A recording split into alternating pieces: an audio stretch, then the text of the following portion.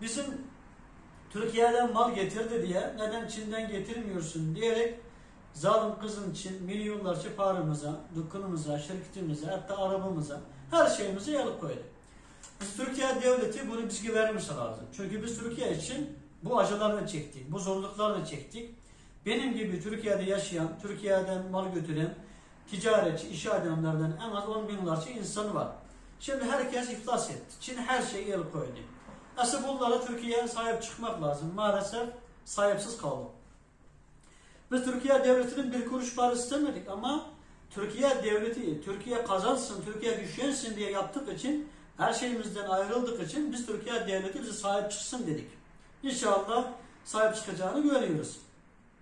Şu yüzden Sayın Dışişleri Bakanımızın ki bu Türk Birlik Teşkilatı'nın daha güçlenmesi için, yeni dünyadaki İslam Birliği'nin daha güçlenmesi için, hem dünya tüm mezunlarının kurtulması için, Doğu Türkistan ordusunun ki ayaklanması için, zalim Çin'e karşı savaşmamız için, tam bugün Ukrayna'ya, Rusya'ya karşı tüm devletler, NATO'lar destek verdiği gibi Doğu Türkistan'a Hakan Fidan, hem Recep Tayyip Erdoğan, Türkiye devletimiz büyük destek vermesi lazım.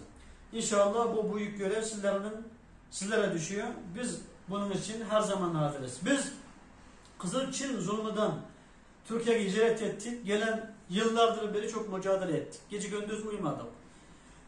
Zamanı geldi zamanı geldi bisiklette, zamanı geldi arabada, zamanı geldi her türlü. Tüm başkanlarla, liderlerle, bakanlarla görüştük. Tüm siyasi partilerle görüştük.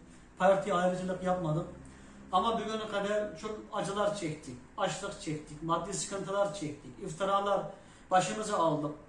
Çektik yani. Bizim bugün kadar çektiklerimiz tam Peygamber Efendimiz'in ki Mekke'den Medine'ye hicret ederken, Mekke'ni fethi ederken o zamanlara çektikleri çok benziyor. Aç kalmamız, sahipsiz kalmamız, iftiralara uğramamız